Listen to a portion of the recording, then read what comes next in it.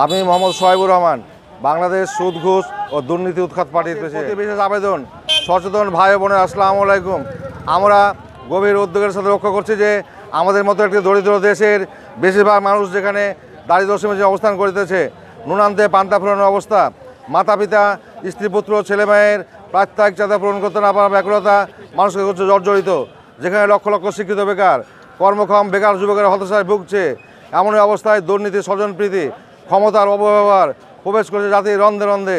মরার ওপর খাড়ার ঘায়ের মতো নিগৃহীত হচ্ছে স্বল্প আয়ের খেটে খাওয়া মানুষগুলো, শোষিত বঞ্চিত নিষ্পেষিত হচ্ছে আমরা আপনার মতো অসহায় মানুষ।